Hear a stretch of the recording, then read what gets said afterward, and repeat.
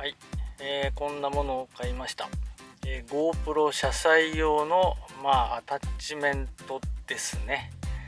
基本的に外を撮るって言えばですね、ここにあるようにドライブレコーダー、これで外を撮っているわけですけれども、ここのメモリーカードいちいち抜いて持って帰るのもなんだしと。から撮りたい時だけ撮りたいなっていうのがありまして、これ小さいのもあったんですけど、大は小を兼ねるかなと思って出します。じゃん。これつけてみますか。ちょうどですね、ここにカーナビがついてた円盤があるので、これが使えたらいいなと。これザラザラしてるやつだな。ちょっとどんな感じか。これね、この吸盤ちょっとここにまずつけてみますか。こうやってつけるかな。ダメだ、取れちゃうよこれだと。やっぱザラザラしてるからね。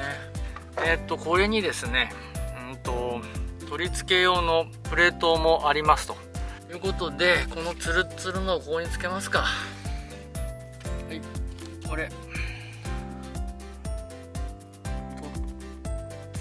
取ってます。そうか、こっちも取るのかこれ。さて、これは大丈夫だな。結構ベトベトだもんなこれ。とっつく。これ大丈夫だ。全然取れないよこれ。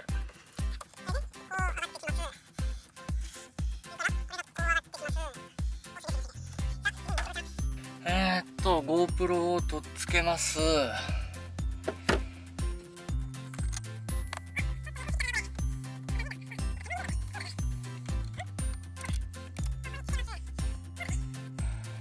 できたかな。どうこれ。はい、 GoPro こんな感じ。はい、オン。来た。どう。ここで自由にフレキシブルアームになるんだ。いいじゃん。よし。はい、なんかこんな感じでとっつきました。上にカーナビ、下に GoPro アームで、運転席から見るとこんな感じ。